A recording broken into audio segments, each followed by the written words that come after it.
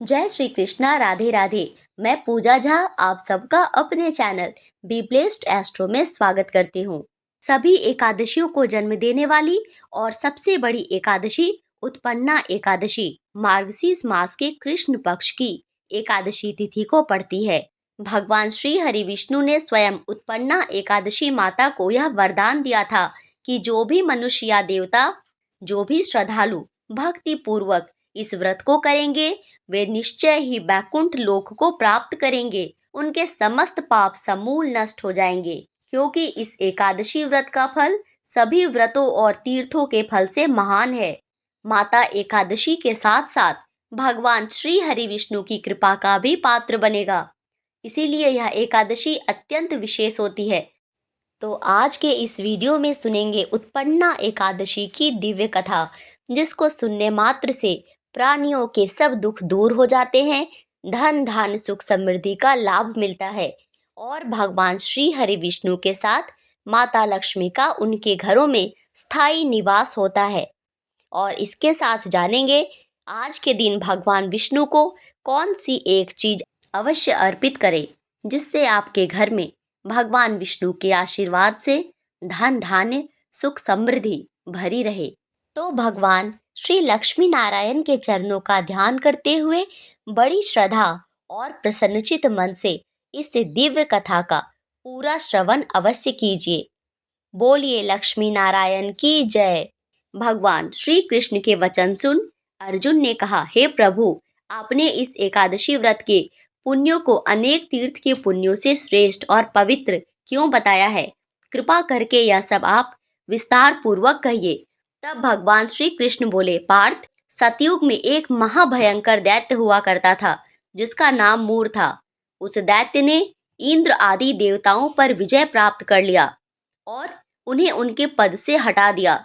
इंद्रादि सभी देवताओं ने भगवान शिव से प्रार्थना की, हे भोलेनाथ, हम सब देवता दैत्यराज मूर के अत्याचारों से दुखी होकर मृत्यु लोक में अपना जीवन व्यतीत कर रहे हैं। राक्षसों के भय से हम बहुत दुख और कष्ट को भोग रहे हैं। मैं स्वयं बहुत दुखी और भयभीत हूँ, अन्य देवताओं की तो बात ही क्या है।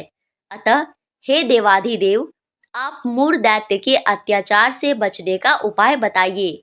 देवराज की प्रार्थना सुन भगवान शिव ने कहा, देवेंद्र, आप सभी भगवान श्री हरि विष्णु के पास जाइए। संसार के पालनहार भगवान विष्णु अवश्य ही इस भय से आप सबको मुक्त करेंगे। महादेव जी के आदेश के अनुसार इंद्र और अन्य देवता क्षीर सागर गए, जहां पर भगवान श्री हरि शेष सैया पर विराजमान थे। इंद्र सहित सभी देवताओं ने भगवान विष्णु के समक्ष उपस्थित होकर उनकी स्तुति की। हे तीनों लोकों के स्वामी, हम सभी देवताओं का आपको कोटि कोटि प्रणाम है। हे सबकी रक्षा करने वाले मधुसूदन, आपको नमस्कार है। आपको बारंबार नमस्कार है। आप हमारी रक्षा करें। दैत्यों से भयभीत होकर हम सब आपकी शरण में आए हैं। आप इस संसार के कर्ता, माता पिता, उत्पत्ति और पालन करता भगवान श्री हरि हैं। आकाश और पाताल भी आप ही हैं। आप सर्वव्यापक हैं। आपके सिवा तीनों लोकों में चर और अचर कुछ भी नहीं है। हे भगवान, दैत्यों ने हमको जीतकर स्वर्ग से भगा दिया है। हम सब देवता इधर उधर भागे भागे फिर रहे हैं। आप उन दैत्यों से हम सबकी रक्षा करें। इंद्र के ऐसे वचन सुनकर भगवान श्री हरि विष्णु कहने लगे, हे इंद्र, ऐसा मायावी दैत्य कौन है जिसने सब देवताओं को जीत लिया है? उसका नाम क्या है? कितना बल है उसमें और किसके आश्रय में है तथा उसका स्थान कहाँ है? यह सब मुझसे कहो। भगवान के ऐसे स्नेहमयी और मधुर वचन सुनकर इंद्र बोले, भगवान, प्राचीन समय में एक नाड़ीजंग नामक राक्षस था। उसके पराक्रमी और लोक विख्यात मूर नामक का एक पुत्र हुआ। उसकी चंद्रावती नाम की नगरी है। उसी ने सब देवताओं को स्वर्ग से निकालकर वहां अपना अधिकार जमा लिया है। उसने इंद्र, अग्नि, वरुण, यम, वायु, ईश, चंद्रमा, नैऋत्य आदि सबके स्थान पर अधिकार कर लिया है। सूर्य बनकर स्वयं ही प्रकाश करता है, स्वयं ही मेघ बन बैठा है और सबसे अजेय है। हे असुर निकंदन, उस दुष्ट को मारकर देवताओं को अजय बनाइए, हमारी रक्षा करिए वासुदेव। यह सुनकर भगवान ने कहा, हे देवताओं, मैं शीघ्र ही उसका संहार करूंगा, तुम चंद्रावती नगरी जाओ। इस प्रकार कहकर भगवान सहित सभी देवताओं ने चंद्रावती नगरी की ओर प्रस्थान किया। उस समय जब दैत्य मूर सेना सहित युद्ध भूमि में गरज रहा था, उसकी भयानक गर्जना सुनकर सभी देवता भय के मारे चारों दिशाओं में भागने लगे। जब स्वयं भगवान रणभूमि में आए तो दैत्य उन पर भी अस्त्र शस्त्र आयुध लेकर दौड़े। भगवान ने उन्हें सर्प के समान बाणों से बींध डाला। बहुत से दैत्य मारे गए, केवल मूर बचा रहा। वह अविचल भाव से भगवान के साथ युद्ध करता रहा। भगवान जो भी तीक्ष्ण बाण चलाते वह उसके लिए पुष्प सिद्ध होता। उसका शरीर छिन्न भिन्न हो गया, किंतु वह लगातार युद्ध करता रहा। दोनों के बीच मल्ल युद्ध भी हुआ। 10,000 वर्ष तक उनका युद्ध चलता रहा, किंतु मूर नहीं हारा। थक कर भगवान बद्रिकाश्रम चले गए। वहां हेमवती नामक सुंदर गुफा थी। उसमें विश्राम करने के लिए भगवान उसके अंदर प्रवेश कर गए। वह गुफा 12 योजन लंबी थी और उसका एक ही द्वार था। विष्णु भगवान वहां योग निद्रा की गोद में सो गए। मोर भी पीछे पीछे आ गया और भगवान को सोया देखकर मारने को उद्यत हुआ। तभी भगवान के शरीर से उज्जवल कांतिमय रूप वाली अत्यंत सुंदर दिव्य स्त्री प्रकट हुई और उस दुष्ट राक्षस को ललकार कर उससे युद्ध करने लगी। उस कन्या को देखकर राक्षस को घोर आश्चर्य हुआ और वह सोचने लगा कि ऐसी दिव्य कन्या कहाँ से उत्पन्न हुई। फिर उस कन्या ने उस दैत्य के अस्त्र शस्त्रों के टुकड़े टुकड़े कर दिए और उसका सिर धड़ से अलग कर दिया। इस तरह वह असुर पृथ्वी पर गिरकर मृत्यु को प्राप्त हुआ। भगवान विष्णु जब निद्रा से जागे तो उस असुर को मरा देखकर उन्हें घोर आश्चर्य हुआ और वे सोचने लगे कि इस महाबली को किसने मारा है। तब वह तेजस्वी कन्या श्री हरि से हाथ जोड़कर बोली, हे जगदीश्वर, यह असुर आपको मारने वाला था। तब मैंने आपके शरीर से उत्पन्न होकर इस असुर का वध किया है। कन्या की बात सुन भगवान बोले, तुमने इस असुर को मारा है, अतः हे कन्या, मैं तुमसे अत्यंत प्रसन्न हूँ। इसे मारकर तुमने तीनों लोकों के देवताओं के कष्ट को हर लिया है। इसीलिए तुम अपनी इच्छा अनुसार वरदान मांगो, मैं तुम्हारी प्रत्येक इच्छा को पूर्ण करूंगा। भगवान की बात सुन कन्या बोली, हे प्रभु, मुझे यह वरदान दीजिए कि जो भी मनुष्य या देवता मेरा व्रत करे उसके सभी पाप नष्ट हो जाए और अंत में उसे स्वर्ग लोक की प्राप्ति हो। मेरे व्रत करने वाले को आधा फल रात्रि को मिले और उसका आधा फल एक समय भोजन करने वाले को मिले। जो श्रद्धालु भक्ति पूर्वक मेरे व्रत को करे वे निश्चय ही बैकुंठ लोक को प्राप्त करे। जो मनुष्य मेरे व्रत में दिन और रात्रि को एक बार भोजन करे वह धन धान्य से भरपूर रहे। कृपा करके मुझे ऐसा वरदान दीजिए। भगवान श्रीहरि बोले, हे कन्या, ऐसा ही होगा। मेरे और तुम्हारे भक्त एक ही होंगे और अंत में इस संसार में प्रसिद्धि को प्राप्त होकर मेरे लोक को प्राप्त करेंगे।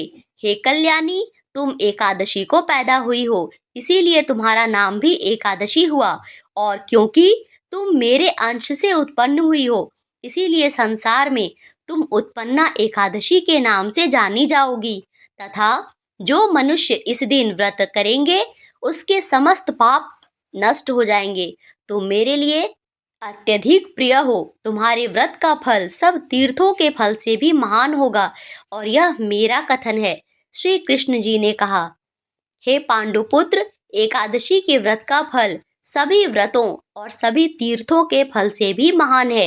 एकादशी व्रत करने वाले मनुष्यों के शत्रुओं का मैं जड़ से नाश कर देता हूँ और व्रत करने वाले को मोक्ष प्रदान करता हूँ। उन मनुष्य के जीवन में जो भी कष्ट होते हैं मैं उन्हें सदा सदा के लिए दूर कर देता हूँ। अर्थात मुझे अत्यंत प्रिय एकादशी के व्रत को करने वाला प्राणी सभी ओर से निर्भय और सुखी होकर अंत में मोक्ष को प्राप्त होता है। हे कुंती पुत्र, मैंने तुम्हें एकादशी की उत्पत्ति के विषय में बताया है। एकादशी व्रत सभी पापों को नष्ट करने वाला और सिद्धि प्रदान करने वाला है।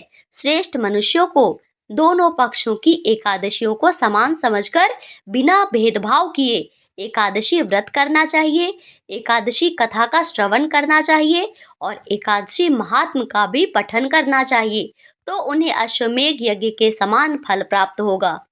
बोलिए एकादशी माता की जय, श्री लक्ष्मी नारायण भगवान की जय। और अब जानते हैं उत्पन्ना एकादशी को किए जाने वाले एक विशेष उपाय के बारे में, जिसे आप चाहें तो व्रत रखकर या बिना व्रत रखे भी कर सकते हैं। आपकी ऐसी कोई भी इच्छा है जिसकी आप पूर्ति करना चाहते हैं, तो आज के दिन भगवान विष्णु का इस विशेष उपाय के साथ पूजा करने से आपकी वह इच्छा जरूर पूरी होगी। तो चलिए जानते हैं आज का बेहद खास उपाय।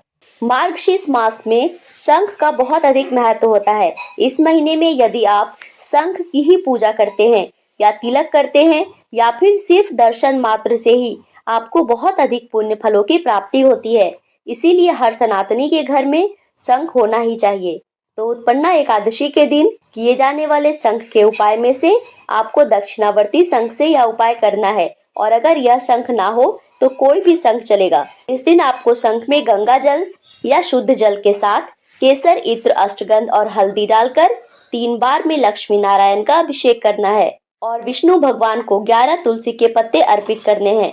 भगवान को तुलसी दल चढ़ाने का बहुत अधिक महत्व होता है, पर ध्यान रखें कि एकादशी के दिन तुलसी पत्र नहीं तोड़े जाते हैं, तो आपको पहले ही तुलसी दल तोड़ के रख लेना है और 11 तुलसी के पत्ते गिन के भगवान विष्णु को अर्पित करें।